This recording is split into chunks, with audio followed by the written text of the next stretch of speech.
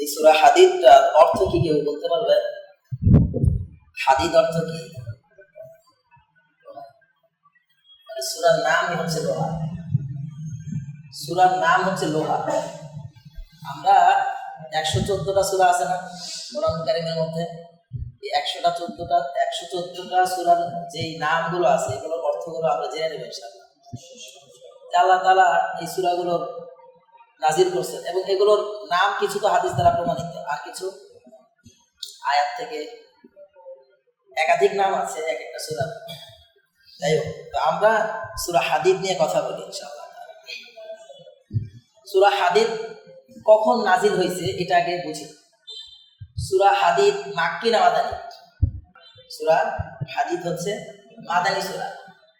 এটা এমন এক সময় নাজিল হয়েছে যখন মুসলিমদের একটা ছোট্ট ইমারা প্রতিষ্ঠা হয়েছে, আর ওই সময়ে ওই ছোট্ট মুসলিমদের ওই ইমারাকে ধ্বংস করার জন্য চতুর্দিক থেকে কুফফার গোষ্ঠী উৎ পেতে বসে আছে এবং তাদেরকে লক্ষ্যস্থলের বস্তু বানানোর কি টার্গেট করে বসে আছে। ঠিক এই সময়ে মুসলমানদের কাছ থেকে আল্লাহ তাআলা যেটা চাচ্ছেন সেটা হলো যে জান তো দিবেই, কিন্তু পাশাপাশি যুদ্ধের জন্য অর্থেরও প্রয়োজন আছে না নাই? অর্থের অনেক প্রয়োজন আছে।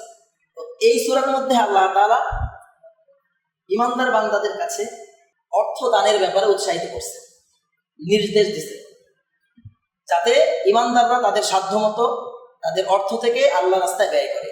পুরো সূরাতে, সম্পূর্ণ সূরার মধ্যে জায়গায় জায়গায় দেখবেন, যদি পড়ে থাকেন বা বাসায় গিয়ে পড়েন, আমি তো আর সব পুরোটা আলোচনা করতে পারবো না বা পুরো আয়াত ধরে ধরে আলোচনা করতে পারবো না, লম্বা সময় লাগবে। আমি এখানে এই সূরা সম্পর্কে অল্প কিছু কথা বলবো যাতে আপনারা উৎসাহিত হয়ে বাসায় যান, বা এখানে কোরআন আছে, তাফসির আছে, ওই তাফসিরটা খুলে একটু পড়লেন। উদ্দেশ্য এটাই যে উৎসাহিত করা, কোরআনের তাফসির করা উদ্দেশ্য না। আর আমি কোরআন তাফসির করতে পারিও না, আমার সেই যোগ্যতাও নেই। আমি চাচ্ছি যে কোরআনের একটা সূরা নিয়ে কিছু কথা বলা এবং এই আলোচনা থেকে উৎসাহিত হয়ে কোরআনের দিকে ধাবিত হওয়া, ব্যাস আমার উদ্দেশ্য এতটুকুই, যাতে মানুষ কোরআনমুখী হয়, কোরআন নিয়ে চিন্তা ভাবনা করে, কোরআন নিয়ে তাদাব্বুর করে। এটাই হচ্ছে আমার এখানে আসার বলার উদ্দেশ্য। তো পরিস্থিতিটা বুঝি যে কোন মুহূর্তে কোন সময়ে এই সূরাগুলো নাজিল হচ্ছে, এই সূরাটা নাজিল হচ্ছে, এই আয়াতগুলো নাজিল হইতেছে। খুব বেশি অর্থের প্রয়োজন, খুব বেশি অর্থের প্রয়োজন, ঠিক এমন মুহূর্তে এই আয়াতগুলো নাজিল হচ্ছে। সূরার শুরুটা হয়েছে এভাবে। আমরা আয়াত বা এই সূরাটা নাজিল হওয়ার একটা প্রেক্ষাপট এটা তো বললাম যে খুব বেশি অর্থের প্রয়োজন ছিল, মুসলিমরা খুব বেশি সংকটের মধ্যে ছিল, চতুর্দিক থেকে শত্রু বাহিনী ঘিরে রেখেছিল এবং আক্রমণের লক্ষ্যস্থল বানাইছিল। ঠিক এই সময় এই আয়াতগুলো নাজিল হচ্ছে। আল্লাহ তাআলা শুরু করছেন কি দিয়ে? দেখেন, আল্লাহ তাআলা শুরু করছেন সাব্বাহা লিল্লাহি মা ফিস সামাওয়াতি ওয়াল আরদ ওয়া হুয়াল আজিজুল হাকীম। আল্লাহ তাআলা প্রশংসা দিয়ে শুরু করছেন, নিজের প্রশংসা। সাব্বাহা লিল্লাহি মা ফিস সামাওয়াতি ওয়াল আরদ ওয়া হুয়াল আজিজুল হাকীম। এই আসমানে এবং জমিনে যা কিছু আছে সব কিছুই আল্লাহ তাআলার পবিত্রতা, আল্লাহ তাআলার মহিমা, আল্লাহ তাআলার তাসবিহ পাঠ করতেছে। সব আসমানে যা আছে, জমিনে যা আছে, সব কিছু কার প্রশংসা করতেছে? আল্লাহ তাআলা। আল্লাহ তাআলার মহিমা বর্ণনা করতেছে, আল্লাহ তাআলার তাসবিহ পাঠ করতেছে। সব কিছু, মানে কোনো কিছু বাদ নাই। মা ফিস সামাওয়াতি ওয়াল আরদ ওয়া হুয়াল আজিজুল হাকীম। কারণ আল্লাহ তাআলা হচ্ছেন আজিজ এবং হাকীম, মহাপরাক্রমশালী এবং প্রজ্ঞাময়। এই আয়াত দিয়ে আল্লাহ তাআলা এই সূরাটা শুরু করছেন। এরকম আরো 5টা সূরা আছে, মানে এটা নিয়ে হচ্ছে আরো 4টা আছে, এরকম 5টা মোট সূরা, যেগুলো সাব্বাহা অথবা ইউসাব্বিহু দিয়ে শুরু হয়েছে। সাব্বাহা নিয়ে 3টা, ইউসাব্বিহু নিয়ে 2টা। যেমন এখানে সূরা হাদীদ, আরো আছে সূরা হাশর, সূরা আছে তাগাবুন, সূরা জুমাআ, সূরা সফ। এই হচ্ছে 5টা সূরা। এই 5টা সূরার মধ্যে শুরুই করছেন আল্লাহ তাআলা এভাবে সাব্বাহা অথবা ইউসাব্বিহু দিয়ে। তার মধ্যে একটা সূরা হচ্ছে এটা, সাব্বাহা লিল্লাহি মা ফিস সামাওয়াতি ওয়াল আরদ ওয়া হুয়াল আজিজুল হাকীম। এই প্রথম আয়াতগুলো খেয়াল করি, এই 1 থেকে 6 নম্বর আয়াত পর্যন্ত আল্লাহ তাআলার পরিচয়, আল্লাহ তাআলার ক্ষমতা, আল্লাহ তাআলার কুদরত, এগুলো আলোচনা করছেন একেবারে 1 থেকে নিয়ে 6 আয়াত পর্যন্ত। এগুলো প্রথম আয়াত। দ্বিতীয় আয়াতে বলতেছেন লাহু মুলকুস সামাওয়াতি ওয়াল আরদ, লাহু মুলকুস সামাওয়াতি ওয়াল আরদ, আসমান এবং জমিনের রাজত্ব, সার্বভৌমত্ব এটা শুধু আল্লাহর জন্য। এখানে অন্য কারো সার্বভৌমত্ব চলে না, এখানে শুধু সার্বভৌমত্ব চলে একমাত্র আল্লাহ তাআলা। বলতেছে ইউহয়ি ওয়া ইউমীত, আল্লাহ তাআলাই জীবিত করেন এবং আল্লাহ তাআলাই মৃত্যু দান করেন। ওয়া হুয়া আলা কুল্লি শাইইন কাদির, এবং সমস্ত বস্তুর উপরে একমাত্র ক্ষমতাবান হচ্ছেন আল্লাহ তাআলা। তৃতীয় আয়াত আল্লাহ তাআলা বলতেছেন হুয়াল আউয়াল ওয়াল আখির ওয়াল যাহির ওয়াল বাতিন, তিনি হচ্ছেন প্রথম শুরু, তিনি হচ্ছেন শেষ, তিনি হচ্ছেন আদি, তিনি হচ্ছেন অন্ত। আল্লাহর আগে কেউ ছিল না, আল্লাহর কোনো শুরুই নাই এবং আল্লাহর কোনো শেষ নেই, সব শেষ হয়ে যাবে কিন্তু আল্লাহর সত্তা অবশিষ্ট থাকে। ওয়া যাহির ওয়াল বাতিন, আল্লাহ প্রকাশ্য এবং আল্লাহ হচ্ছেন বাতিন, অপ্রকাশ্য। আল্লাহ প্রকাশ্য এই দিক থেকে যে এই সৃষ্টি জগতে আল্লাহ তাআলা, এই সৃষ্টি জগৎকে দেখলেই বোঝা যায় যে আল্লাহ বলে একজন সত্তা আছেন, তার অস্তিত্ব আছে। আল্লাহ তাআলার ক্ষমতা, আল্লাহ তাআলার যে কর্মকৌশল, এগুলো সব কিছু আল্লাহ তাআলার সৃষ্টিকে দেখলেই বোঝা যায়। এই দিক থেকে আল্লাহ তাআলা প্রকাশ্য জাহির। আবার আল্লাহ তাআলা বাতিন, এই দিক থেকে আল্লাহ তাআলা বাতিন যে আমি বা আমরা চর্মচক্ষু দিয়ে আল্লাহকে দেখতে পাই না। আল্লাহ তাআলার অস্তিত্ব সত্য, কিন্তু আমাদের আকল, বিবেক, বুদ্ধি, কল্পনা, চিন্তা শক্তি, এগুলো দিয়ে আল্লাহ তাআলার প্রকৃতিকে অনুভব করা সম্ভব না। এই দিক থেকে আল্লাহ তাআলা হচ্ছেন বাতিন। কোনো মানুষ কি গবেষণা করে চিন্তা করে আল্লাহ তাআলার স্বরূপ উন্মোচন করতে পারবে? কোশ্চিন চালও পারবে না। লা ইউদরিকুল আবসার ওয়া হুয়া ইউদরিকুল আবসার ওয়া হুয়াল লাতীফুল খাবীর। আল্লাহ বলেন ওয়া হুয়া বিকুল্লি শাইইন আলীম, আর আল্লাহ তাআলা সব কিছু জানেন। ওয়া হুয়া বিকুল্লি শাইইন আলীম। এগুলো তৃতীয় আয়াত। চতুর্থ আয়াতে আল্লাহ তাআলা তার ক্ষমতা বর্ণনা করতেছেন। একাধারে এই যে আয়াতগুলো আল্লাহ তাআলা পরিচয় দিতেছেন, এগুলো আল্লাহর পরিচয়। আমি কার গোলাম, আমার মনিবকে, এই পরিচয়টা যদি আমি না জানি তাহলে আমি কেমন গোলাম, আমি কোন রবের ইবাদত করতেছি, কোন রবের দাসত্ব করতেছি, কোন রবের গোলামি করতেছি, কোন রবের কাছে আমি মাথা নত করতেছি, এটাই যদি আমি না বুঝি তাহলে আমি বান্দা হিসেবে আসলে অকৃতজ্ঞ। আল্লাহ তাআলা পরিচয় দিচ্ছেন হুয়াল্লাযী খালাকাস সামাওয়াতি ওয়াল আরদ ফি সিত্তাতি আইয়াম সুম্মা ইসতাওয়া আলাল আরশ, তিনি সেই সত্তা যিনি খালাকাস সামাওয়াতি ওয়াল আরদ, আসমান জমি সৃষ্টি করেছেন, ফি সিত্তাতি আইয়াম 6 দিনে, সুম্মা ইসতাওয়া আলাল আরশ, এরপর আল্লাহ তাআলা আরশে ইস্তাওয়া করেছেন। ইয়ালামু মা ইয়ারজু ফিল আরদ ওয়া মা ইয়াখরুজু মিনহা ওয়া মা ইয়ানজিলু মিনাস সামা, বলেন আল্লাহ তাআলা জানেন যে মা ইয়ালিজু ফিল আরদ, মা ইয়ালিজু ফিল আরদ ওয়া মা ইয়াখরুজু মিনহা, জমিনের মধ্যে কি প্রবেশ করে আর তা থেকে কি বের হয়, এগুলো আল্লাহ জানেন। ওয়া মা ইয়ানজিলু মিনাস সামা, এবং আকাশ থেকে কি বর্ষণ হয়, ওয়া মা ইয়াখরুজু মিনহা ওয়া মা ইয়াখরুজু ফিহা, এবং সেখানে উপরের দিকে কি উত্থিত হয়। ওয়া হুয়া মাআকুম আইনামা কুনতুম, এবং তিনি তোমাদের সাথে আছেন, তোমরা যেখানেই থাকো আল্লাহ সেখানেই আছে। আল্লাহু বিমা তা'মালুনা বাসীর, আর তোমরা যা কিছু করো আল্লাহ তাআলা সবকিছু দেখেন। এগুলো কি আল্লাহ তাআলার পরিচয়, আল্লাহ তাআলার ক্ষমতা, আল্লাহ তাআলার বৈশিষ্ট্য, আল্লাহ তাআলার সিফাত, এগুলো বর্ণনা করতেছেন, আল্লাহ তাআলা সম্পর্কে জানান দিচ্ছেন। বান্দা তো জানে না আল্লাহ সম্পর্কে, আল্লাহ যদি না জানা কোনো মানুষের পক্ষে আল্লাহ সম্পর্কে জানা সম্ভব? কোনো মানুষের পক্ষে আল্লাহ তাআলা সম্পর্কে জানা সম্ভবই না। আল্লাহ তাআলা যতটুকু আল্লাহ সম্পর্কে জানাইছেন আমরা ততটুকুই জানি, এর বেশি কিচ্ছু জানি না। এটা আল্লাহ তাআলা দয়া যে তিনি তার এই নগণ্য বান্দাকে তার ব্যাপারে কিছু জানাইছেন, ওইটুকুন জ্ঞান আমরা অর্জন করতে পারছি, এটা আল্লাহ তাআলার অশেষ দয়ার কারণে, হয়তো ওটাও পারতাম না। 5 নম্বর আয়াত লাহু মুলকুস সামাওয়াতি ওয়াল আরদ, আবারও বলতেছেন এই আসমান এবং জমিনের রাজত্ব, কর্তৃত্ব, সার্বভৌমত্ব এটা আল্লাহর জন্য। ওয়া ইলাল্লাহি তুরজাউল উমুর, এবং সমস্ত বিষয়াদি যত কিছু আছে সবকিছুই তার দিকেই ফিরে যাবে, সবকিছু, কোনো কিছুই এমন থাকবে না যে এটা যাবে না, সবকিছু তার কাছেই ফিরে যাবে। এরপর আল্লাহ তাআলা বলতেছেন 6 নম্বর আয়াতে, ইউলিজুল লাইলা ফিন নাহার ওয়া ইউলিজুন নাহার ফিল লাইল, ইউলিজুল লাইলা ফিন নাহার। আল্লাহ তাআলা কি করেন? রাতকে দিনের মধ্যে প্রবেশ করান এবং দিনকে রাতের মধ্যে প্রবেশ করান। এই যে রাত এবং দিনের যে আবর্তন, এটা আল্লাহ তাআলা করেন। এগুলো আল্লাহ বলতেছেন, এটা আল্লাহ তাআলা ক্ষমতা। আল্লাহ চাইলে এগুলো স্টপ করে দিতে পারেন, কিন্তু আল্লাহ তাআলা এটাকে সচল রাখছেন। এটা আমাদের জন্য বহুত উপকারের কিনা। রাত দিনের যে এই যে বিবর্তন, এটা না থাকলে আমাদের অবস্থা কি হবে? ওয়া হুয়া আলিমুম বিযাতিস সুদূর। আর অন্তরের যে অবস্থা সম্পর্কে, অন্তরের যে অবস্থা এক একজন মানুষের, এটা সম্পর্কে আল্লাহ তাআলা জানে। এটা কি আল্লাহর পরিচয় না? এটা আল্লাহ তাআলার ক্ষমতার ব্যাপারে কথা না? ওয়া হুয়া আলিমুম বিযাতিস সুদূর। এই ছয়টা আয়াত আল্লাহ তাআলা, এই ছয়টা আয়াতের মধ্যে আল্লাহ তাআলা নিজের পরিচয় দিচ্ছেন, নানা দিক থেকে পরিচয় দিচ্ছেন।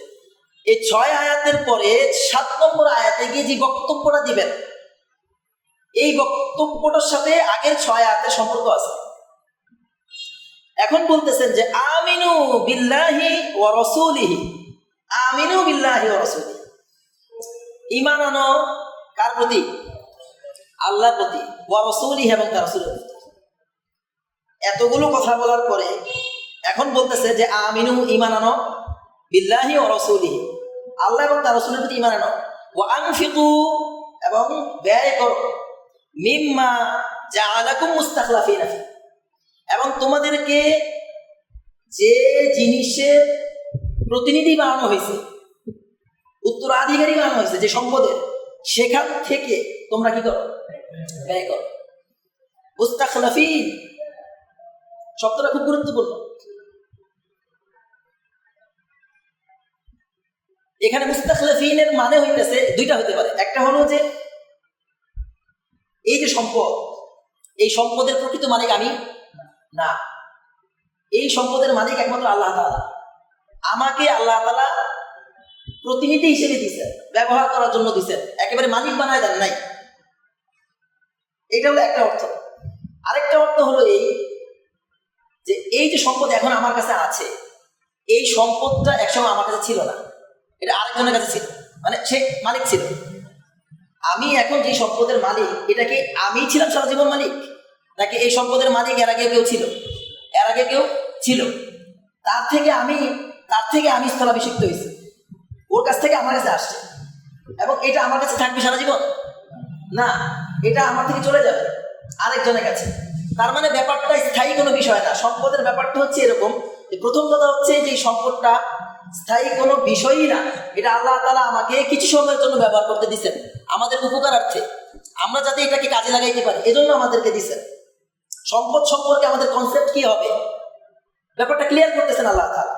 সম্পদের ব্যাপারে আমাদের যে দৃষ্টিভঙ্গি, বস্তুবাদী, এই দৃষ্টিভঙ্গিটা পাল্টাই দিতেছেন। সম্পদের ব্যাপারে দৃষ্টিভঙ্গিটা এমন হবে, এবং এই যে সম্পদ আমার কাছে আছে, এইটা আমার কাছে একদিন ছিল না, এবং কিছুদিন পরে আমার কাছে থাকবেও না। তার মানে আমি হচ্ছে এটার প্রতিনিধি, আমি হচ্ছে এটার প্রতিনিধি, স্থলাভিষিক্ত, খলিফা, মুস্তাখলিফিন।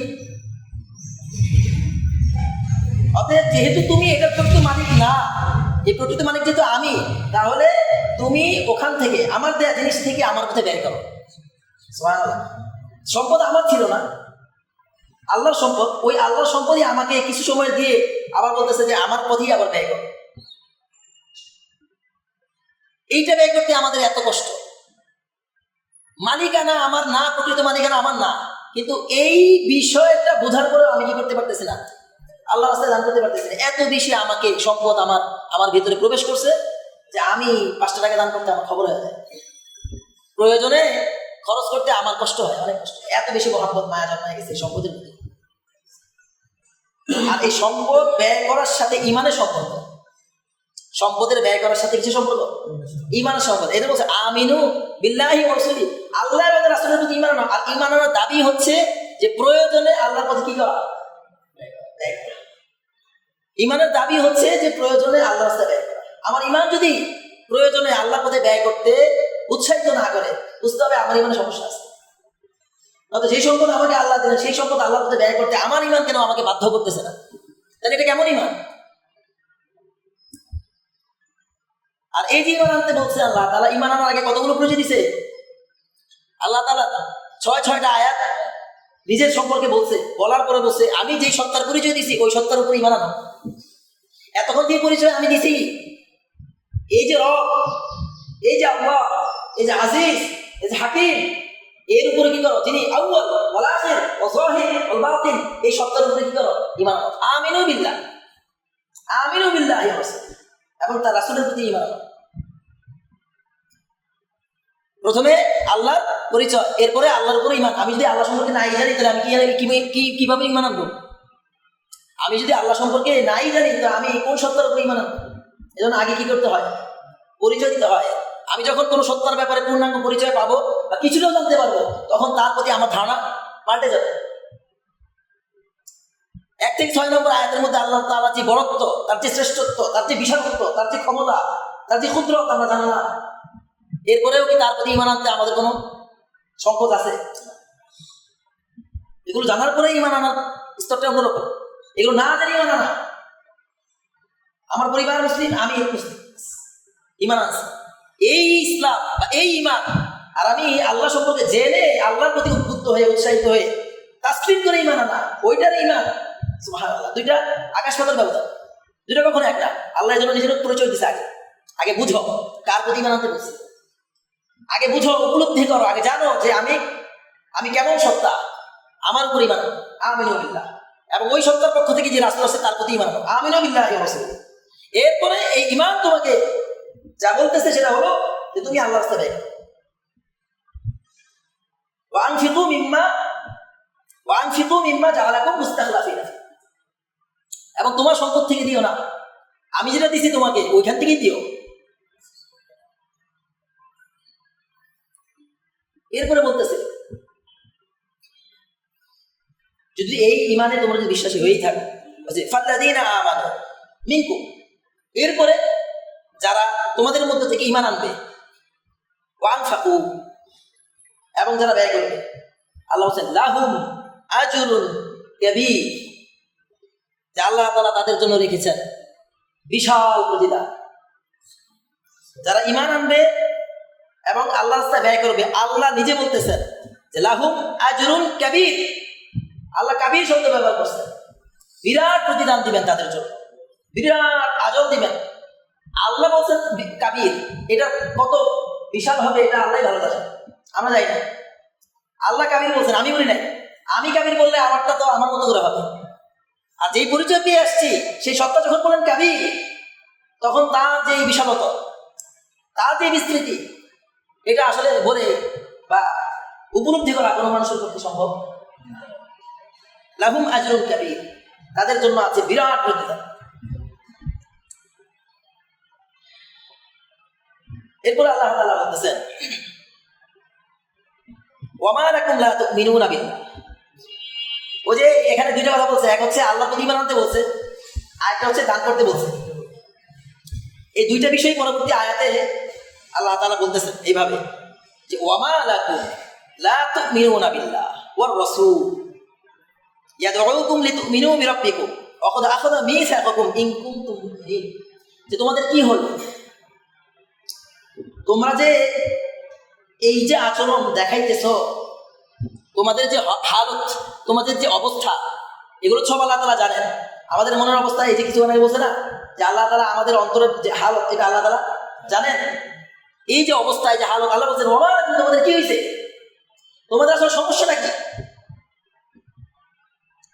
লা তুমিনুনা বিল্লাহ, এত কিছু বোঝার পরেও জানার পরেও তোমরা কেন আল্লাহর প্রতি ঈমান আনতেছো? লা তুমিনুনা বিল্লাহ, এমন সত্তার প্রতি কেন ঈমান আনতেছো? ওয়ার রাসূলু ইয়াদউকুম লিতুমিনু বিরাব্বিকুম, আর সেই রাসূলের প্রতি যে রাসূল তোমাদেরকে ডাকে, ইয়াদউকুম লিতুমিনু বিরাব্বিকুম, তোমাদের সেই রবের দিকে যাতে তোমরা ঈমান আনো, যাতে তোমরা তোমাদের রবের উপরে ঈমান আনো, সেই দিকে রাসূল দাওয়াত দিতেছে, ডাকতেছে। এবং ওয়াকাদ আখাযা মিসাকাকুম, এবং তোমাদের থেকে তিনি নিয়েছেন, তোমাদের থেকে অঙ্গীকার। কে অঙ্গীকার নিয়েছেন? এটা মুহাম্মদ সাল্লাল্লাহু আলাইহি ওয়াসাল্লাম হতে পারে এবং এটা আল্লাহ হতে পারে। যদি মুহাম্মদ সাল্লাল্লাহু আলাইহি ওয়াসাল্লাম হয় তাহলে মুহাম্মদ সাল্লাল্লাহু আলাইহি ওয়াসাল্লাম সাহাবায়ে কেরাম থেকে বিভিন্ন সময়ে বিভিন্ন বিষয়ে ওয়াদা নিছেন, প্রতিশ্রুতি নিছেন, ঈমানের ব্যাপারে, ঈমানি কর্মকাণ্ডের ব্যাপারে বিভিন্ন সময় প্রতিশ্রুতি নিছেন। এটা হতে পারে, অথবা হতে পারে যে আল্লাহ তাআলা আমাদের থেকে যে প্রতিশ্রুতি নিছেন আলেমে আরওয়াহ, রুহের জগতে আল্লাহ তাআলা বলছেন আলাস্তু বিরাব্বিকুম, আমি কি তোমাদের রব নই? রুবুবিয়াতের ঘোষণা দিয়ে সবার থেকে এটা সাক্ষ্য নিছেন না যে আলাস্তু বিরাব্বিকুম, আমি কি তোমাদের রব নই? তখন সবাই আমরা কি বলছিলাম? ক্বালু বালা, হ্যাঁ অবশ্যই। এই যে আল্লাহ তাআলা আমাদের থেকে অঙ্গীকার নিছেন, এই অঙ্গীকারের কথা এখানে বলা হয়েছে। ইন কুনতুম মুমিনিন, যদি তোমরা বিশ্বাসী হয়ে থাকো। এটা হচ্ছে ঈমানের ব্যাপারে। পরের আয়াতে আল্লাহ তাআলা বলতেছেন যে হুয়াল্লাযী ইউনাজ্জিলু আলা আবদিহি আয়াতিন বাইয়িনাত, তিনিই সেই সত্তা যিনি তার বান্দার উপরে মানে মুহাম্মদ সাল্লাল্লাহু আলাইহি ওয়াসাল্লামের উপরে নাজিল করেছেন সুস্পষ্ট আয়াতিন বাইয়িনাত। কেন? লিইখরিজাকুম মিনাজ যুলুমাতি ইলান নূর, যাতে অন্ধকার থেকে বের করে আলো পথে নিয়ে আসতে পারে। এজন্য আল্লাহ তাআলা তার বান্দার উপরে মুহাম্মদ সাল্লাল্লাহু আলাইহি ওয়াসাল্লামের উপরে কি করেছেন? স্পষ্ট আয়াত নাজিল করছেন। আয়াত নাজিলের উদ্দেশ্য কুফর, শিরক এবং অজ্ঞতার যে অন্ধকার, সেখান থেকে ঈমানের এবং জ্ঞানের আলোর দিকে নিয়ে আসার জন্য আল্লাহ তাআলা সুস্পষ্ট আয়াত নিদর্শন কি করছেন? নাজিল করছেন। ওয়া ইন্নাল্লাহা বিকুম লারাউফুর রাহিম, আর নিশ্চয়ই আল্লাহ তাআলা তোমাদের প্রতি অত্যন্ত দয়ালু এবং পরম করুণা, অত্যন্ত দয়া এবং পরম করুণা। এটা আল্লাহ তাআলা দয়া, যে আল্লাহ তাআলা তার বান্দার প্রতি আয়াত নাজিল করছেন, এটা অনেক বড় দয়া। আর আল্লাহ আমাদের উপরে তার বাণী নাজিল করছেন, এইটা আল্লাহ তাআলার পক্ষ থেকে তার বান্দার জন্য অনেক বড় দয়া এবং অনুগ্রহ। এটা আমরা হয়তো বুঝি না, এটা হচ্ছে সমস্যা। কিন্তু এটা যে কত বড় দয়া, এটা বলতে গেলে অনেক সময়। কিন্তু এতটুকু বুঝেন যে আমরা কিছুই হইতে পারতাম না, কিছুই করতে পারতাম না যদি আল্লাহ তাআলা কি না করতেন, তার পক্ষ থেকে আয়াত নাজিল না করতেন। আমাকে জান্নাতে যাব কিভাবে, এটা পর্যন্ত আমরা জানতাম না যদি আয়াত নাজিল না হইতো। আল্লাহর পরিচয় তো বহুত দূরের কথা, আমি যে জান্নাতে যাব না জাহান্নামে যাব এইটাও কোত্থেকে জানতে পারছি? আল্লাহ যে আয়াত নাজিল করছে এর মাধ্যমেই তো জানতে পারছি যে কোন পথ সঠিক পথ, কোন পথ গোমরাহির পথ, কোনটা সিরাতুল মুস্তাকিম আর কোনটা দালিলের পথ, কোনটা মাগদুবের পথ। এটা তো আল্লাহ তাআলার এই আয়াতের মাধ্যমে, এই সূরাগুলোর মাধ্যমেই জানতে পারছি। আল্লাহ তাআলা অনেক বড় দয়া। শুধু এটুকু নিয়ে চিন্তা করলেই বোঝা যাবে যে আমার জান্নাত আমার জাহান্নাম এটা নির্ভর করতেছে, আমার চিরস্থায়ী যে আবাস হবে, আমি চির সুখী হব না চির দুঃখী হব, এইটা নির্ভর করতেছে আল্লাহ তাআলার পক্ষ থেকে এই আয়াতগুলো নাজিল হওয়ার উপরে। যদি নাজিল না হয়তো আমি কিচ্ছু জানতাম না, আমি কি করতাম আমি নিজেও জানি না। যেমন আমরা মুসলিম, আমরা জানি, কিন্তু আমাদের বাইরে যারা আছেন, যারা এই কোরআনকে বিশ্বাস করে না, তারা আসলে চলতেছে কোন পথে, তারা যাচ্ছে কোন দিকে, আইনা তাযহাবু।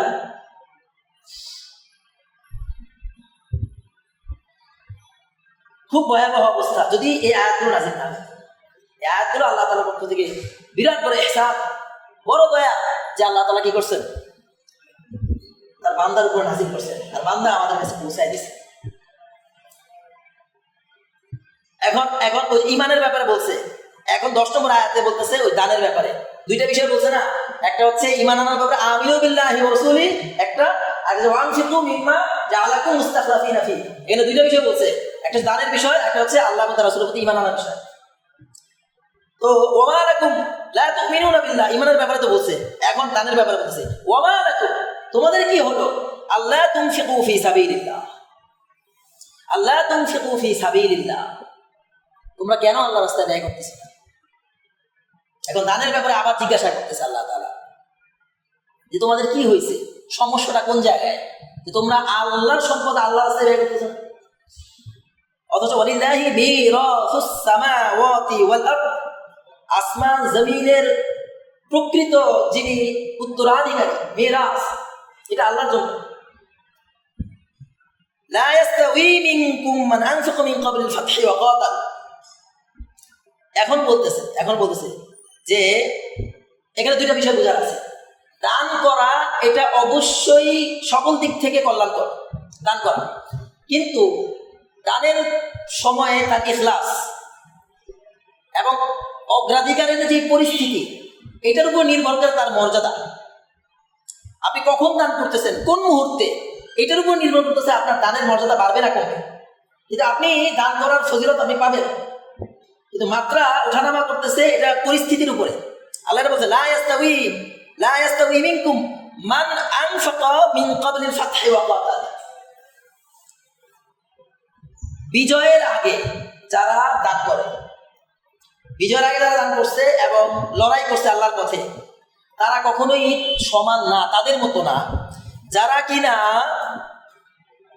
যারা কিনা পরবর্তীতে কি করছে, ব্যয় করছে। লা ইয়াস্তাউই মিনকুম মান আনফাকা মিন ক্বাবলিল ফাতহি ওয়া ক্বাতাল উলাইকা আ'যামু দারাজাতান মিনাল্লাযীনা আনফাকু মিন বা'দু ওয়া ক্বাতালু। এখানে বলতেছে আ'যামু দারাজাতান, তাদের জন্য বিশাল বড় মর্যাদা। আ'যামু দারাজাতান কাদের থেকে? মিনাল্লাযীনা আনফাকু মিন বা'দু ওয়া ক্বাতালু, পরে যারা দান করছে এবং পরে যারা আল্লাহর রাস্তায় লড়াই করছে। এই দুই দলের মর্যাদা কখনোই এক না। প্রথম দলের মর্যাদা হচ্ছে আ'যাম। ধরেন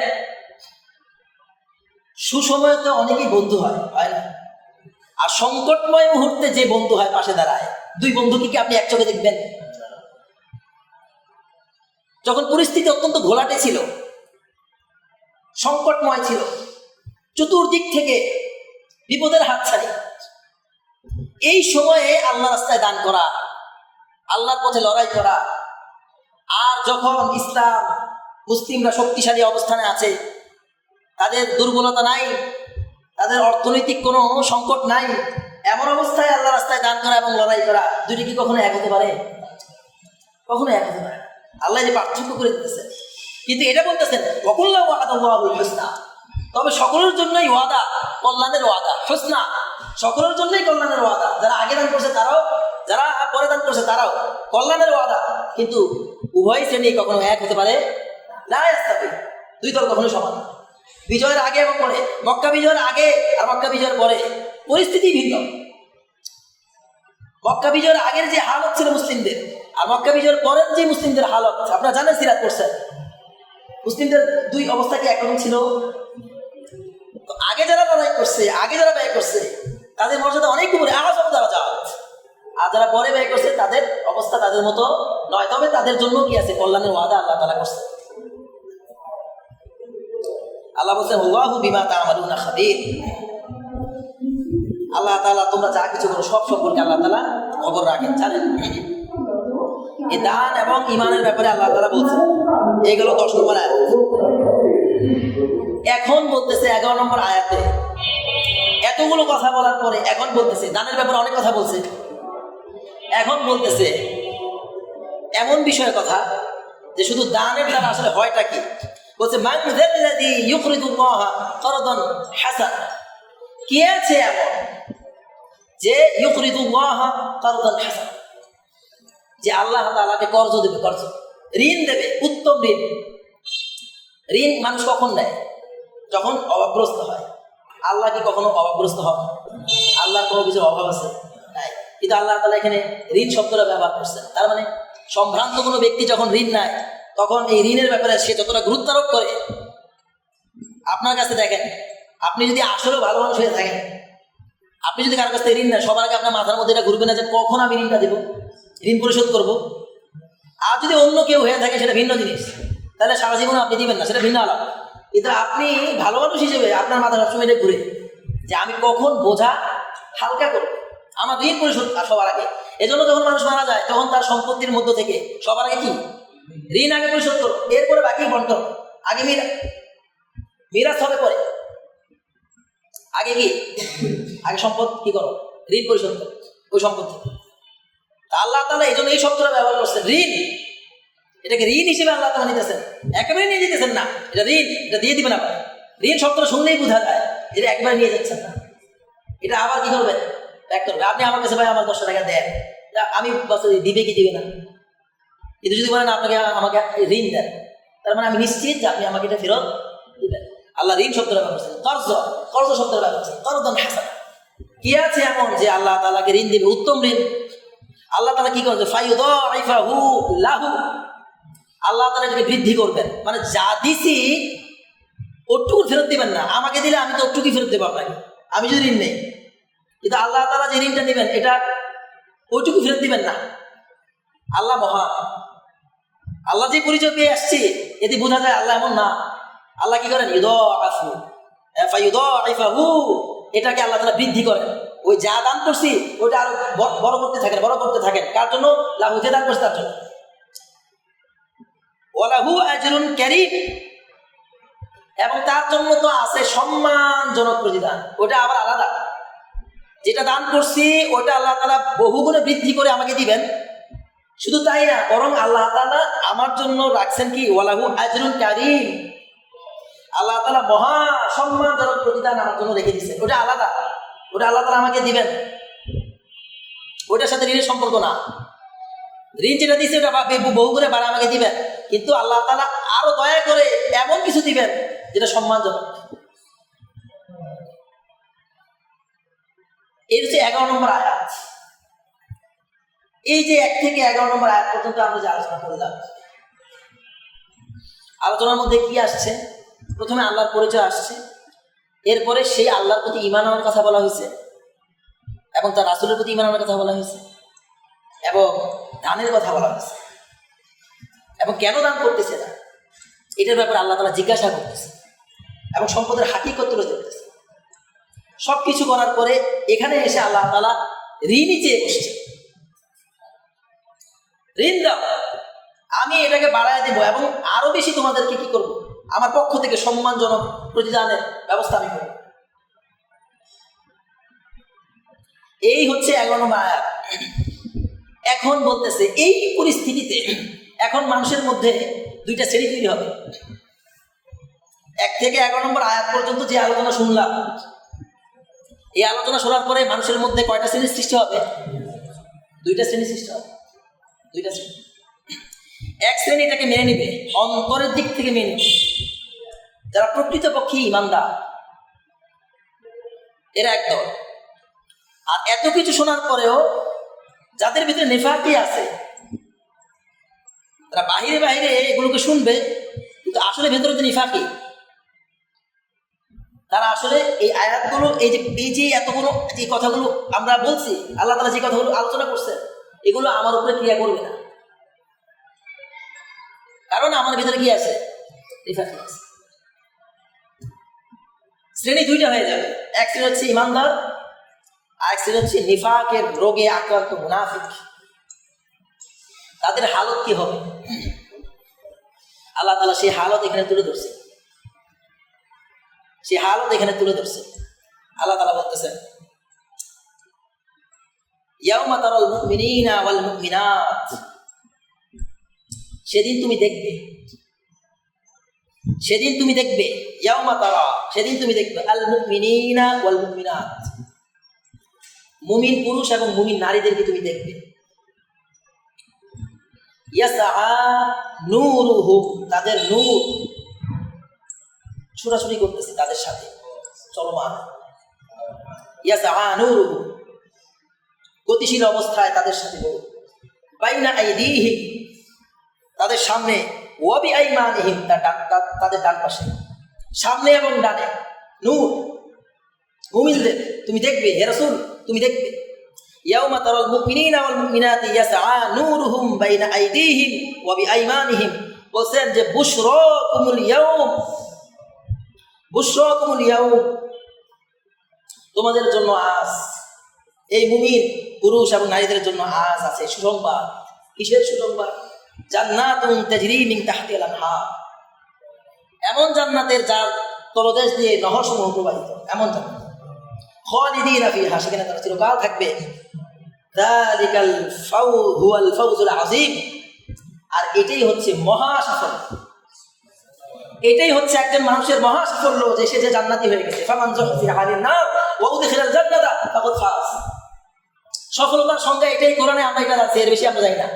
সফলতার সংজ্ঞা কে কিরকম দেয় আমি জানি না, কিন্তু সফলতার সংজ্ঞা আল্লাহ তাআলা এভাবেই দিচ্ছেন। যাকে আল্লাহ তাআলা জাহান্নাম থেকে বাঁচাই দিচ্ছেন, আর যাকে আল্লাহ তাআলা জান্নাতের মধ্যে ঢুকাই দিচ্ছেন, সে সফল কাম। যালিকা হুয়াল ফাউজুল আযীম, এটাই হচ্ছে মহা সাফল্য। হে রাসূল আপনি দেখবেন তাদেরকে, মুমিন নারীদেরকে, তাদের ডানে সামনে দিয়ে নূর।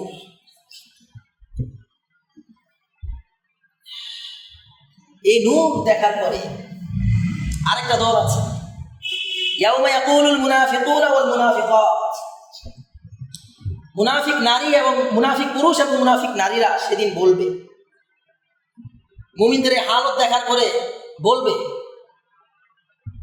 লিল্লাযীনা আমানু, ঈমানদারদেরকে লক্ষ্য করে বলবে, যারা ঈমানদার তাদেরকে উদ্দেশ্য করে বলবে, উনজুরুনা নাকতাবিস মিন নূরিকুম, আমাদের জন্য একটু অপেক্ষা করো, আমাদের দিকে একটু তাকাও, আমাদের জন্য একটু অপেক্ষা করো, নাকতাবিস মিন নূরিকুম, তোমাদের নূর থেকে একটু আলো নেব, একটু অপেক্ষা করো, নাকতাবিস মিন নূরিকুম। ঈমানদারদের এই নূর দেখে মুনাফিকদের কাছে কোনো নূর নাই, তারা ঈমানদারদেরকে বলবে যে একটু একটু একটু একটু একটু আমাদের জন্য ওয়েট করো, তোমাদের নূর থেকে একটু আমাদেরকে উপকৃত হতে দাও। তখন বলা হবে, ফিরে যাও পিছনের দিকে, ফালতামিসুন নূরা, ওখানে গিয়ে নূর খোঁজো, অর্থাৎ দুনিয়াতে যাও, এই নূর এই দুনিয়া থেকে সংগ্রহ করে নিয়ে আসছি, এই নূর এখান থেকে আমরা নেই নাই, এই নূর দুনিয়াতে অর্জন করছি আল্লাহর রাস্তায় দান করে, বিপদ মুহূর্তে যখন যেই সময়ে আল্লাহর রাস্তায় দান করা অত্যন্ত কঠিন ছিল, সেই সময় আমি আমার যা ছিল তা আমি আল্লাহর রাস্তায় দান করে দিচ্ছি, আমি নিজের দিকে তাকাই নাই, আমি কি খাবো কি করবো, আল্লাহ বা আল্লাহ রাসূলের উপর সবার দিয়ে দিতে সবকিছু, ওইটা নূর হয়ে আজকে দাঁড়াইছে। এই নূর এখানে অর্জন করি নাই, এই নূর দুনিয়া থেকে নিয়ে আসছি। যাও ফিরে যাও পিছনের দিকে, ওখান থেকে গিয়ে নূর নিয়ে আসে। এরপরে তাদের উভয়ের মাঝে একটা প্রাচীর নির্মাণ করে দেওয়া হবে, মুনাফিক এবং ঈমানদারদের মাঝে একটা প্রাচীর নির্মাণ করে দেওয়া হবে, লাহু বা, এবং একটা দরজা থাকবে, একটা দরজা দিয়ে দেওয়া হবে, এই দরজার কর্তৃত্বটা থাকবে ঈমানদারদের কাছে, মন চাইলে খুলতে পারবে, মন চাইলে বন্ধ করে রাখতে পারবে, এমনি দরজা দিচ্ছেন আল্লাহ তাআলা, যাতে বুঝতে পারে একেবারে লাগানো থাকলে যদি ঈমানদারদের কাছ থেকে কিছু চাওয়ার থাকবে না, কিন্তু দরজা থাকলে একটা চাওয়ার সম্ভাবনা আছে, যে যদি ঈমানদাররা চায় তাহলে দরজাটা খুলতে পারে, ঈমানদাররা খুলবে না, কিন্তু খোলার একটা রাস্তা রেখে দিয়েছেন আল্লাহ তাআলা, একবারই প্রাচীর দিয়ে দিতে পারতেন, কিন্তু দরজা রেখে দিয়েছেন, একটা সম্ভাবনা রাখছেন ভিতরে জ্বলনটা যাতে আরো বেশি করে বাড়ে।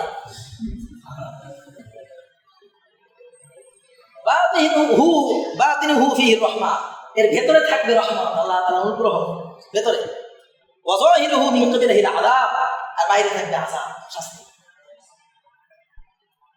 এই হলো হালত দুই শ্রেণীর মধ্যে। এখন পরিস্থিতি অন্যরকম। ইউনাদুনাহু, তখন তারা মুনাফিকরা তখন ঈমানদারদেরকে ডেকে ডেকে বলবে যে আলাম নাকুম মাআকুম, আমরা কি তোমাদের সাথে ছিলাম না, আলাম নাকুম মাআকুম, আমরা কি তোমাদের সাথে ছিলাম না, ক্বালু বালা, তখন বলল হ্যাঁ, ওয়ালাকিন্নাকুম ফাতানতুম আনফুসাকুম ওয়া তারাব্বাসতুম ওয়ারতাবতুম ওয়া গাররাতকুমুল আমানিকু হাত্তা জাআ আমরুল্লাহি ওয়া গাররাকুম বিল্লাহিল গরুর। কারণগুলো বলতেছে মুমিনরা, এই যে কারণগুলো বলতেছে, হ্যাঁ তোমরা আমাদের সাথে ছিলা, অবশ্যই তোমরা আমাদের সাথে ছিলা, কিন্তু এই কারণগুলো থাকার কারণে আজকে তোমরা বঞ্চিত হয়েছে। অবস্থাটা খুব মারাত্মক। এই পরিবেশটা, এই অবস্থাটা, এই পরিস্থিতিটা একটু কল্পনা করেন। আপনি যদি এই আয়াতকে মুনাফিকদের ধরে নেন যে এই আয়াতগুলো তো মুনাফিকদের জন্য, আমি তো ইমানদার, তো আমার জন্য তো এই আয়াত না,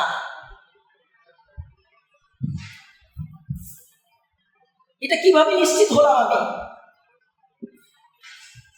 যে আমি মুনাফিক না, এই আয়াত আমার জন্য না, আমি কিভাবে নিশ্চিত হলাম? এই পরিস্থিতি তো আমারও হতে পারে।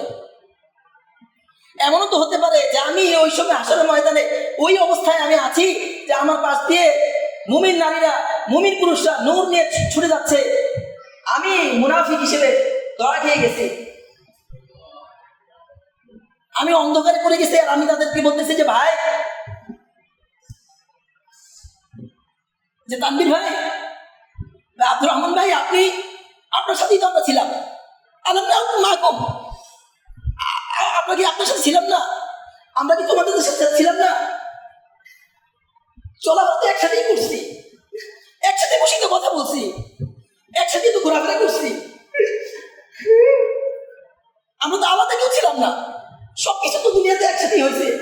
এখন কেন আমাদের কি দেখতেছো না? আমি তো এখন বিপদে পড়ে গেছি, এখন একটু আলো দাও। আলাম না কম মা কম।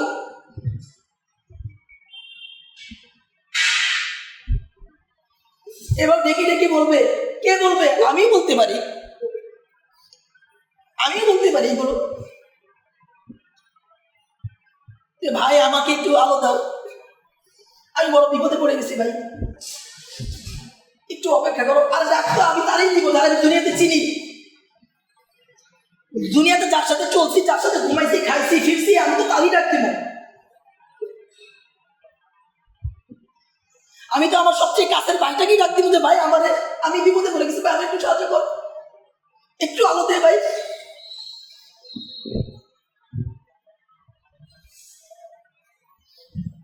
এবার বলতে আলাদা খুব মানা খুব, আমি আমরা কি তোমাদের সাথে ছিলাম না? কিন্তু সেই সময়ে ইমানদারদের অবস্থা এমন হবে যারা পার পেয়ে যাবে।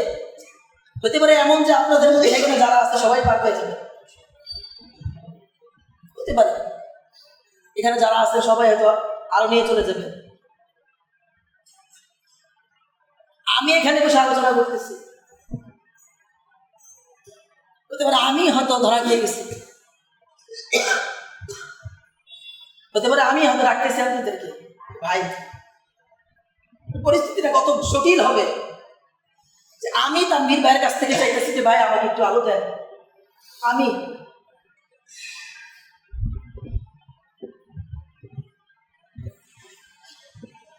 কিন্তু তারা যে জবাবটা দিবে সেই সময়ে অত্যন্ত কঠিন একটা জবাব।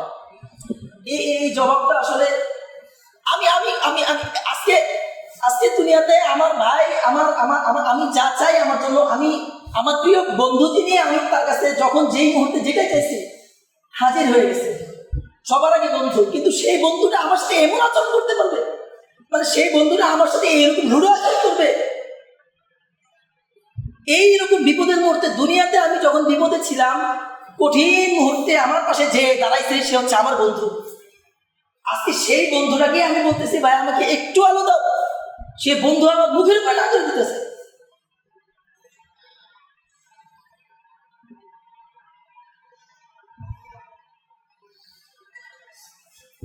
বলবে বালা হ্যাঁ একসাথে ছিলাম, বালা হ্যাঁ একসাথে ছিলাম, ওয়ালাকিন্নাকুম কুনতুম ওয়ালাকিন্নাকুম ফাতানতুম। এক নম্বর সমস্যা হলো যে আসলে তোমরা নিজেরাই নিজেদেরকে বিপদে ফেলছো। আজকে আমি যে বিপদে পড়ছি ওই বিপদে অন্য কেউ ফেলে নাই, বিপদে আমি আমার নিজেকেই ফেলছি। ওয়ালাকিন্নাকুম ফাতানতুম, আমি নিজেকেই ফিতনার মধ্যে আমি নিজেই ফেলছি। ফাতানতুম আনফুসাকুম,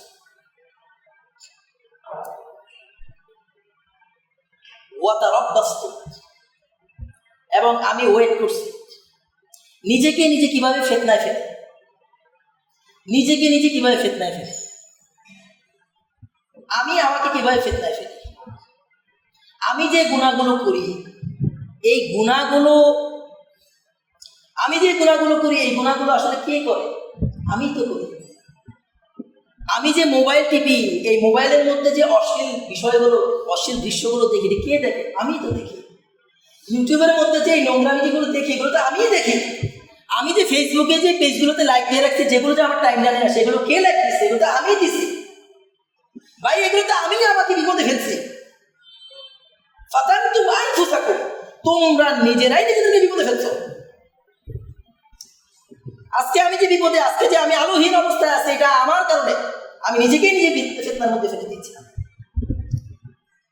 ওয়া তারাব্বাসতুম, এবং ওয়েটিং এ ছিলাম, অপেক্ষা করতেছিলাম। হ্যাঁ, এই তো আমি তাওবা করে নেব,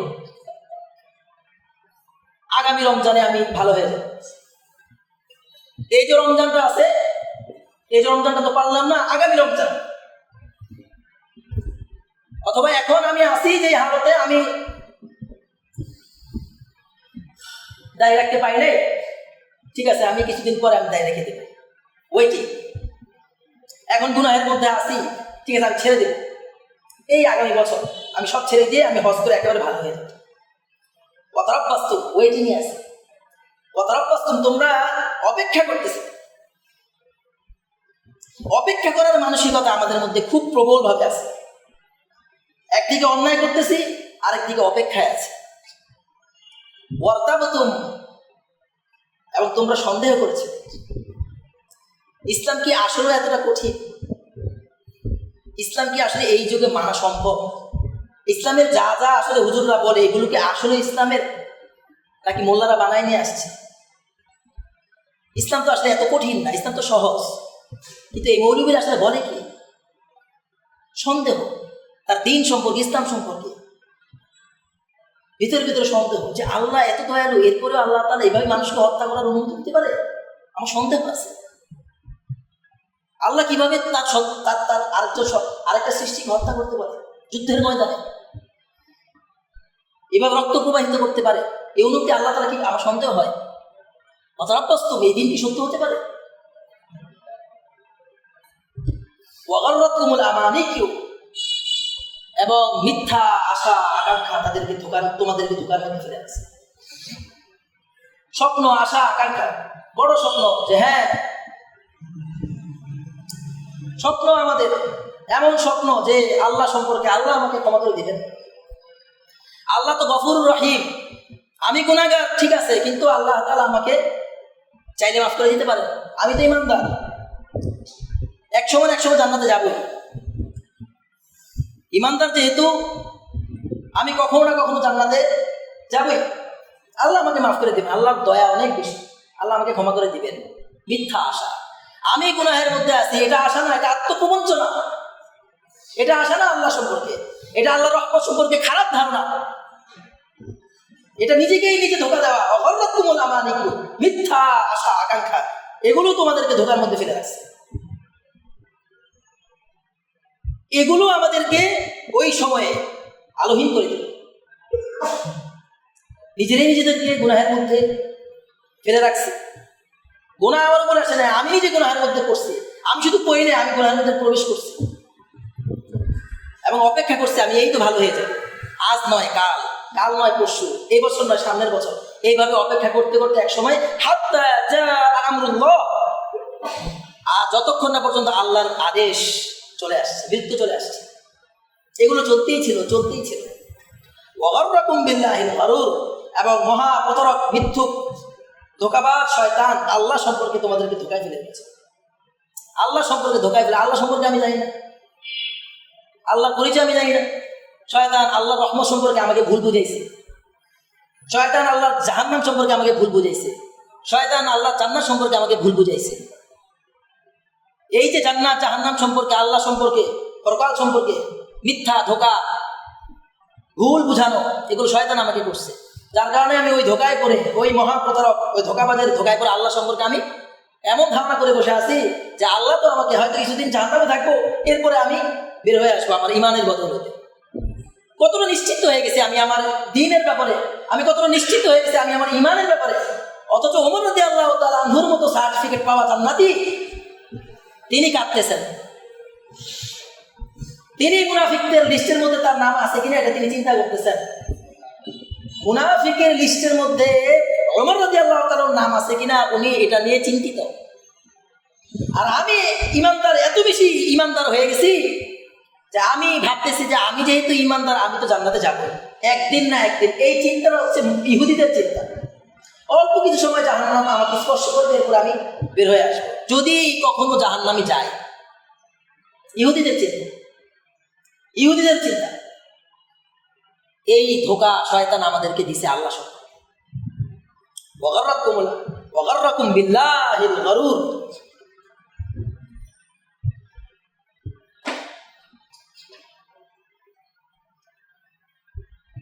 এরপরে আল্লাহ তাআলা বলবেন ফালিয়াউমা লা ইউখাযু মিনকুম ফিদিয়া, না, আজকের এই দিনে কারো কাছ থেকে তোমাদের থেকে লা ইউখাযু মিনকুম ফিদিয়া, কোনো ফিদিয়া নেওয়া হবে না, কোনো মুক্তিপণ গ্রহণ করা হবে না। আজকের এই দিন এমন একটা দিন, এই দিনে কোনো ঘুষ চলবে না, কোনো ফিদিয়া চলে না, কোনো মুক্তিপণ এখানে চলে না, যে ধরা গায়ে শেষ। ওয়ালা মিনাল্লাযীনা কাফারু, এবং যারা কুফরি করেছে কাফের তাদেরকে। দেখেন এখানে দুই শ্রেণীকে আলাদা করে দেওয়া হয়েছে। যারা কাফের তাদের ব্যাপারেও বলা হচ্ছে, এবং বলা হচ্ছে মিনকুম, তোমাদের। এই তোমাদের কারা? এই তোমাদের মধ্যে তো আমরাও পড়ে যেতে পারি।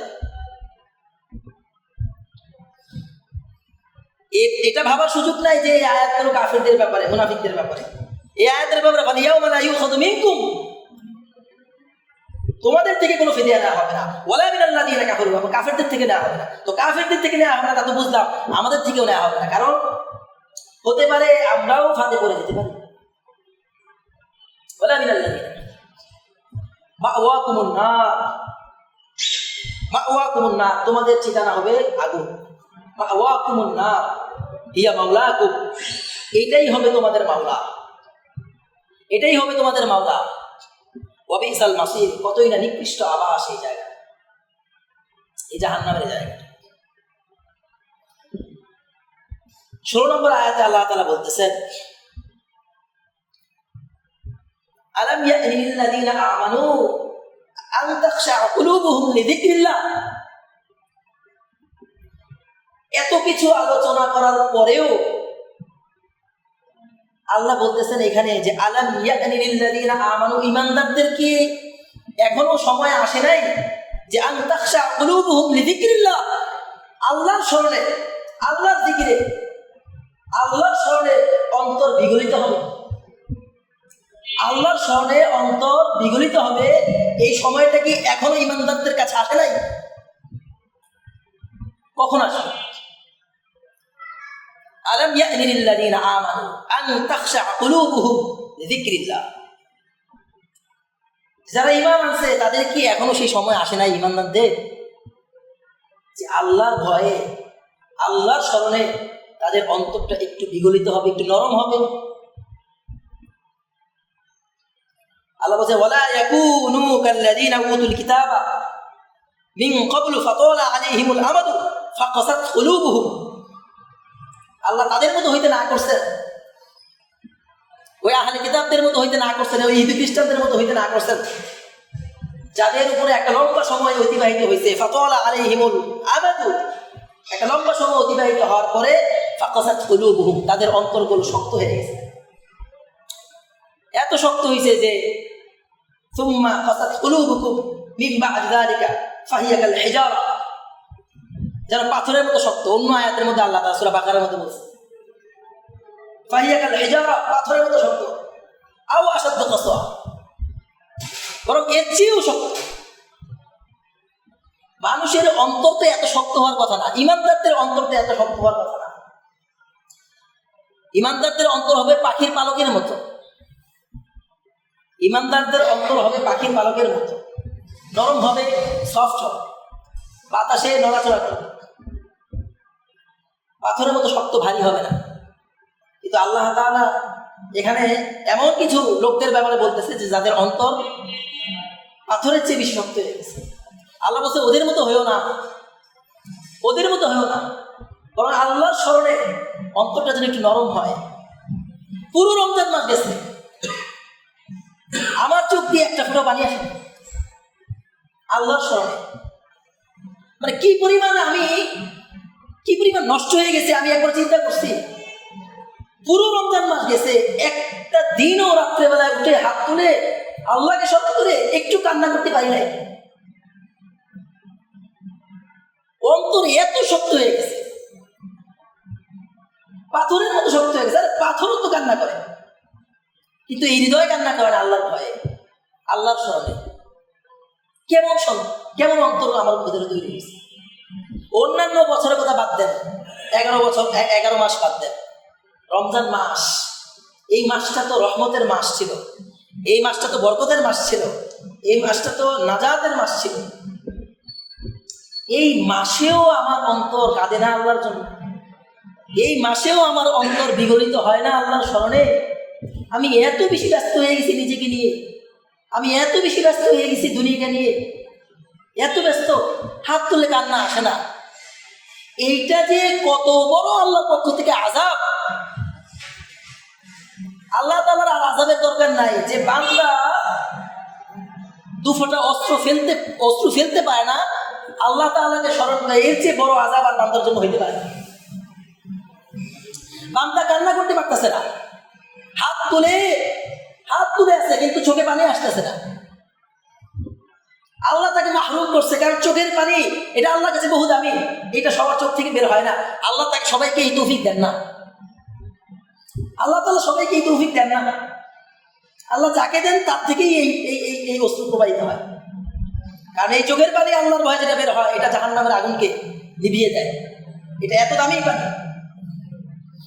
কোনো পানি জাহান্নামের আগুনকে নিভাইতে পারে না। একটা পানি আগুনকে নিভাইতে পারে, দুইটা পানি। একটা হচ্ছে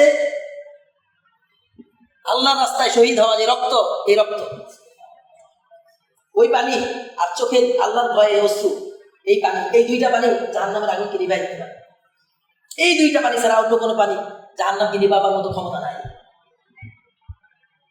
আল্লাহ আমাকে এখান থেকে বঞ্চিত করছে, নয়তো আমি কেন কান্না করতে পারতেছি? আমি কেন আল্লাহর কাছে হাত তুলে আমার এই দুই চোখ থেকে কেন অশ্রু প্রবাহিত হচ্ছে না? আল্লাহ তাআলার কাছে আমি কি এমন অপরাধ করছি, কি এমন গুনাহের মধ্যে লিপ্ত আছি, আমার অন্তর কেন এত শক্ত হয়ে গেছে? এটা আল্লাহ তাআলার পক্ষ থেকে আযাব ছাড়া আর কি হতে পারে? যে আমার অন্তর কেন নরম হয় না, আমার অন্তরটা কেন নরম হয় না, সফট হয় না, কেন হয় না? কেন চোখ থেকে পানি আসে না?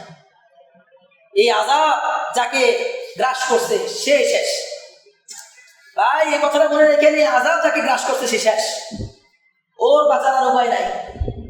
একটু নিজেকে নিয়ে ভাবার অনেক এখনো সময় আছে। আজকে আজকে আজকে কয় রমজান? আজকে 28। আর একটা দিন অথবা দুইটা দিন আছে, আর একটা দিন অথবা দুইটা দিন আছে ভাই। এই দুইটা দিনের মধ্যেই আমাকে মাফ করানো লাগবে আল্লাহর কাছ থেকে, নয়তো শেষ। কারণ রাসূলুল্লাহ সাল্লাল্লাহু আলাইহি ওয়াসাল্লাম বলছে, এই যে মেম্বারে রাসূলুল্লাহ সাল্লাল্লাহু আলাইহি ওয়াসাল্লাম পা রাখছেন আর জিবরাইল ইসলাম দোয়া করছে, এখানে একটা দোয়া আছে যে রমজান পাইলো আর নিজের গুনাহকে মাফ করতে পারলো না, সে ধ্বংস হোক। জিবরাইল ইসলাম এই দোয়া করছে, আর আল্লাহ রাসূল সাল্লাল্লাহু আলাইহি ওয়াসাল্লাম আমিন বলছে। আল্লাহ রাসূল সাল্লাল্লাহু আলাইহি ওয়াসাল্লাম আমিন বলছে, আল্লাহ রাসূল সাল্লাল্লাহু আলাইহি ওয়াসাল্লাম আমিন বলে বলছে। দোয়া জিবরাইল করছে, আল্লাহ রাসূল আমিন বলছে, এই দোয়া কবুল হইছে। রমজান মাস অলরেডি 28টা হয়ে গেছে, আর একটা দিন বা দুইটা দিন আছে। এই একদিন কি দুই দিনের মধ্যে যদি আমি আমাকে মাফ করতে না পারি, আল্লাহ রাসূলের দোয়া কবুল হয়েছে, আমি ধ্বংস হয়ে যাব, আমার বাঁচার কোনো উপায় নাই। এই একটা দিনের মধ্যে যেভাবেই হোক আল্লাহর কাছে মাফ চাই নিতেই হবে, আল্লাহ আমাকে মাফ করে দাও। গুনাহ যেভাবে হোক ক্ষমা করায় নেয়াই লাগবে, নয়তো আমি শেষ হয়ে যাবো, ধ্বংস হয়ে যাবো। আল্লাহ রাসূল দোয়া করছে, আল্লাহ আমাদেরকে মাফ করে দিক, আল্লাহ আমাদেরকে ক্ষমা করে দিক। দুনিয়াতে যত অপরাধ করছি আল্লাহ তাআলা আমাদেরকে মাফ করে দিক। বাকি জীবনগুলো আল্লাহ যে কটা দিন আল্লাহ তাআলা আমাদের নসিবে আছে, হায়াতে আছে, আল্লাহ তাআলা এই বাকি দিনগুলো যেন গুনাহমুক্ত অবস্থায় কাটাইতে পারে, আল্লাহ তাআলা সেই তৌফিক দান করুন। এই 2-1 দিন যা আছে এইটার জন্য সর্বোচ্চ যেন আমরা ব্যবহারটা করতে পারি, আল্লাহ তাআলা আমাদেরকে সেই তৌফিক দান করুন।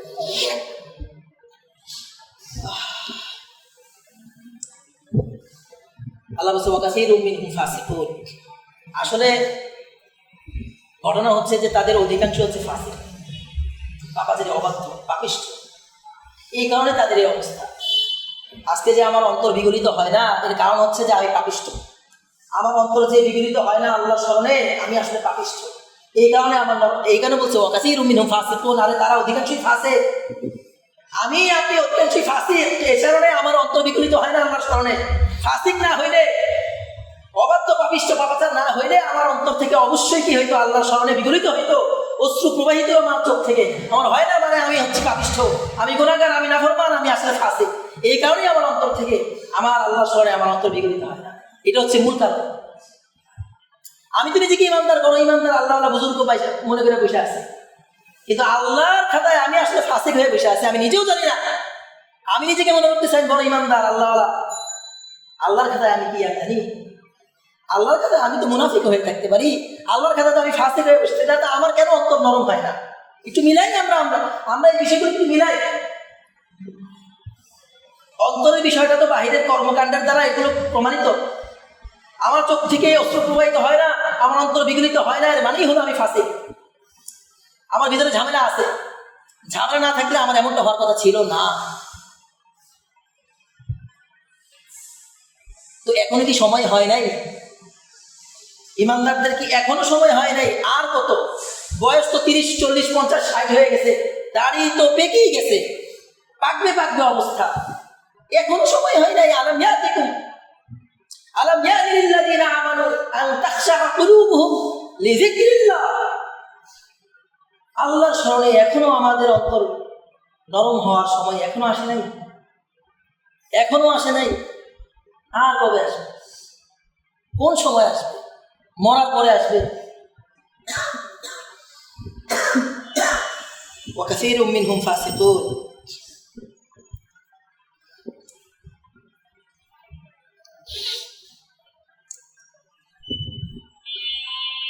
আল্লাহ তাআলা 17 নম্বর আয়াতে বলতেছেন, ইয়ালামু আন্নাল্লাহা ইউহয়িল আরদা বা'দা মাউতিহা। বান্দারা জেনে রাখো, খুব ভালো করে জেনে রাখো যে আন্নাল্লাহা ইউহয়িল আরদা বা'দা মাউতিহা, নিশ্চয়ই আল্লাহ তাআলা এই জমিনকে মৃত্যুর পর নতুন করে আবার জীবন দান করেন। ক্বাদ বায়্যানা লাকুমুল আয়াতি লাআল্লাকুম তা'কিলুন।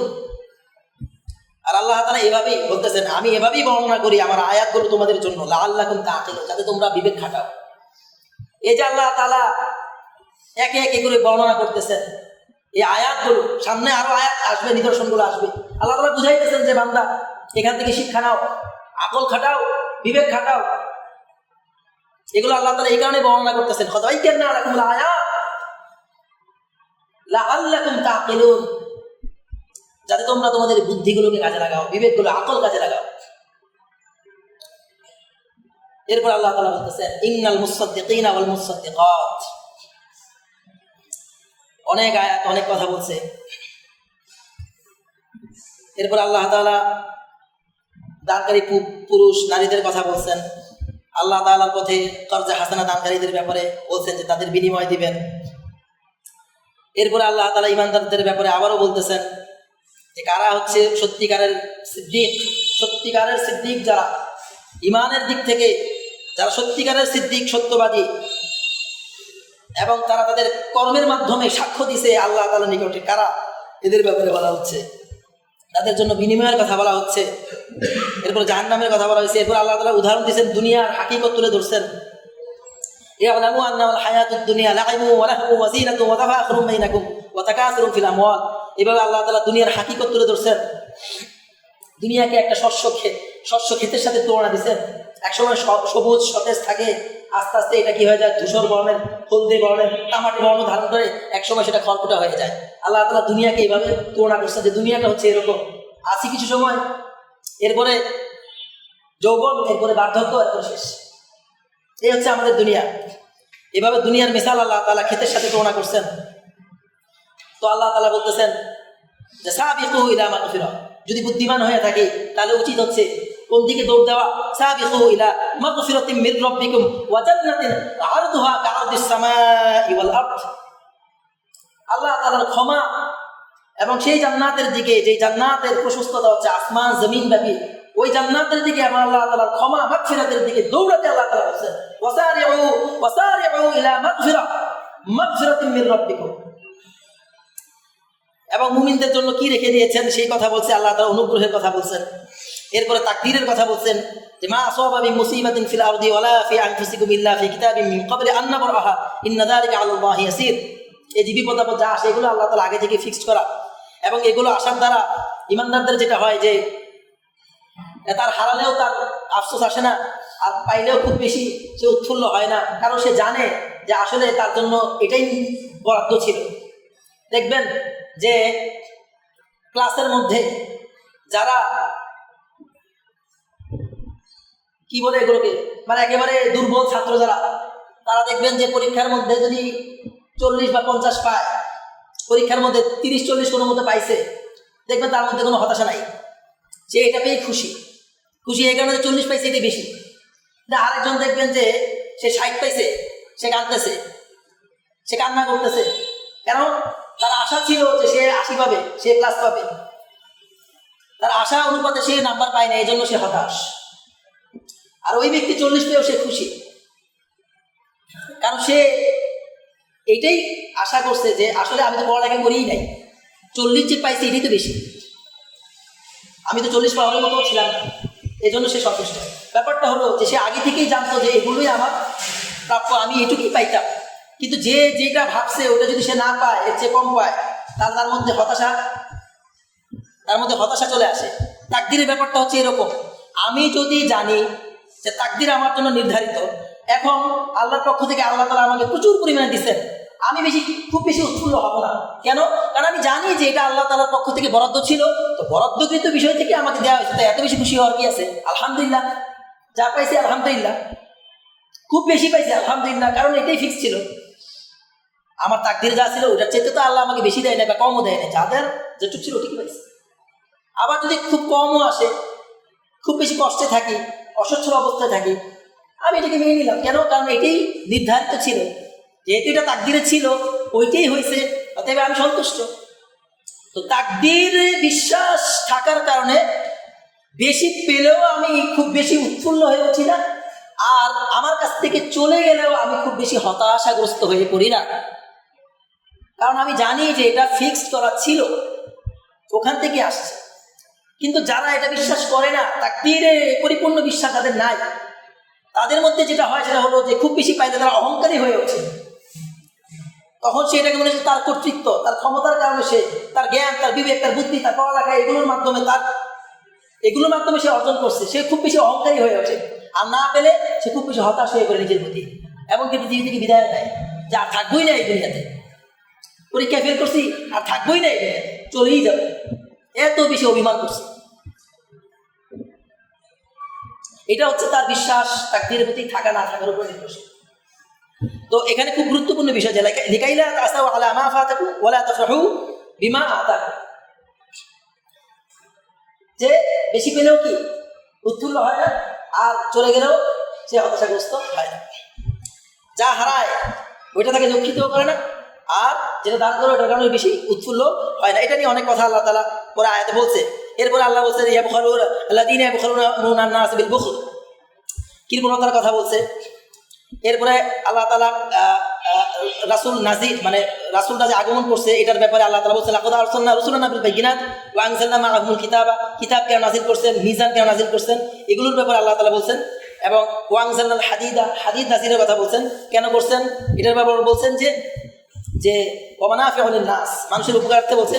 এবং এগুলো সব কিছুর ফলাফল হচ্ছে আল্লাহ তাআলা জানতে চান যে মান ইয়ানসুরুহু ওয়া রাসূলুহু বিল গায়ব, যে কে আল্লাহকে না দেখে এবং তার রাসূলকে না দেখে কি করে, সাহায্য করে, আল্লাহ এবং আল্লাহ রাসূলকে সাহায্য করে, এই দ্বীনের জন্য সাহায্য করে, এটা না দেখে এটা আল্লাহ তাআলা জেনে নিতে চান। এভাবে যুগে যুগে নবী রাসূলদের আগমনের কথা বলা হয়েছে, তারা দাওয়াতি কাজ করছে এবং দাওয়াতের মাধ্যমে কিছু সংখ্যক মানুষ ঈমান আনছে এবং অধিকাংশই ফাসিক রয়ে গেছে, এগুলোর ব্যাপারে কথা বলেছে। এবং ঈসা আলাইহিস সালামের কথা বলা হয়েছে যে ঈসা আলাইহিস সালাতু ওয়াস সালাম এসে দাওয়াত দিয়েছে, ইনজিল নাজিলের কথা বলা হয়েছে। কিছু মানুষ ঈমান গ্রহণ করছে, কিন্তু তারা পরবর্তীতে রাহবানিয়াতকে গ্রহণ করছে, বৈরাগ্যবাদকে গ্রহণ করছে। এই বৈরাগ্যবাদের বিদআতকে তারা গ্রহণ করছে, যেটা তাদের কিতাবে ছিল না, এবং এর মাধ্যমে তারা আল্লাহ সন্তুষ্টি কামনা করছে। এইভাবে তারা নতুন বিদআতের রাস্তা খুলে বসছে। এটা নিয়েও আলোচনা আছে মানে পরবর্তীতে আয়াতে। এবং এরপরে সর্বশেষে আল্লাহ তাআলা ইয়া আইয়ুহাল্লাযীনা আমানুত্তাকুল্লাহ, আল্লাহ তাআলাকে ভয় করার কথা বলছে, ঈমান আনার কথা বলছে তার রাসূলের প্রতি। এবং এই কারণে আল্লাহ তাআলা শুরুতেও যে কথাটা বলছে শেষে এসে একই কথা বলতেছে, যে আল্লাহ তাআলার প্রতি ঈমান আনার কথা বলা হচ্ছে, আল্লাহকে ভয় করার কথা বলা হচ্ছে, তার রাসূলের প্রতি ঈমান আনার কথা বলা হচ্ছে। এতে কি হবে? বলছে ইউতিকুম কিফলাইনি মির রাহমাতিহি, আল্লাহ তাআলা তার রহমতের দুইটা অংশ দান করবেন। যারা আল্লাহকে ভয় করে, ঈমান আনে এবং রাসূলের প্রতি, তাদেরকে আল্লাহ তাআলা দিবেন, আল্লাহ তাআলা রহমত থেকে দুইটা অংশ দিবেন। এবং শুধু দিবেন এমন না, বলছে ওয়াজআল লাকুম নূরা, এবং আল্লাহ তাআলা তাদেরকে নূর দিবেন, তামশুনা বিহি ওয়া ইয়াগফির লাকুম, এই নূর দিয়ে তারা কি করবে? চলাচল করবে, চলাফেরা করবে, এবং তাদের জন্য ক্ষমা। কারণ আল্লাহু গফুরুর রহিম, আল্লাহ তাআলা হচ্ছেন ক্ষমাশীল। এইভাবে আল্লাহ তাআলা ইমানদারদের ব্যাপারে এই সমস্ত সুসংবাদ দিয়েছেন যে যারা আল্লাহকে ভয় করবে, তাকেও অবলম্বন করবে, ঈমান আনবে রাসূলের প্রতি, এবং এর কারণে আল্লাহ তাআলা কি দিবেন? আল্লাহ তাআলা রহমতের দুইটা অংশ দিবেন, তাকে নূর দিবেন। এই নূর যে পরকালে দিবেন শুধু তাই না, বরং দুনিয়াতেও আল্লাহ তাআলা নূর দিবেন।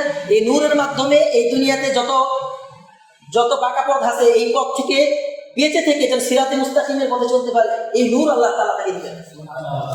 এই দুনিয়ার পথে চলতে গিয়ে দেখবেন অনেকেই হোঁচট খায়, পদস্খলন ঘটে, কিন্তু আল্লাহ বলছেন ওয়া জাআলনাকুম নূরা, কি করবে? তামশুনা বিহি, এর মাধ্যমে সে চলবে, চলাফেরা করবে। অর্থাৎ দুনিয়াতেও সে নূর পাবে, সে আখিরাতেও নূর পাবে।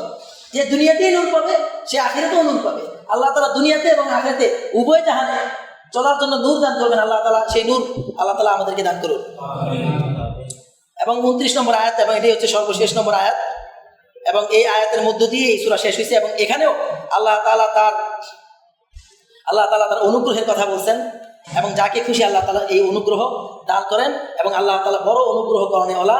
এই আল্লাহ তাআলা নিজের এই পরিচয় দিয়ে আল্লাহ তাআলা এই সূরার সমাপ্তিটা আছেন। প্রথমে আল্লাহ তাআলার পরিচয় দিয়ে শুরু করছেন, শেষেও আল্লাহ তাআলার অনুগ্রহের তার সিফতের পরিচয় দিয়ে আল্লাহ তাআলা এই সূরার সমাপ্তিটা আছেন। আল্লাহ তাআলা এই যে এই সূরা থেকে যা সংক্ষিপ্ত আলোচনা করলাম, ভুল ভ্রান্তি আল্লাহ তাআলা আমাদের অন্তর থেকে মুছে দিক, ক্ষমা করে দিক। আর যা কিছু আলোচনা করলাম সঠিকগুলো অন্তরে বসার এবং এই অনুযায়ী আমল করার তৌফিক দান করুন। আমিন। ওয়া আখিরু দাওয়ানা আলহামদুলিল্লাহি রাব্বিল আলামিন। আসসালামু আলাইকুম।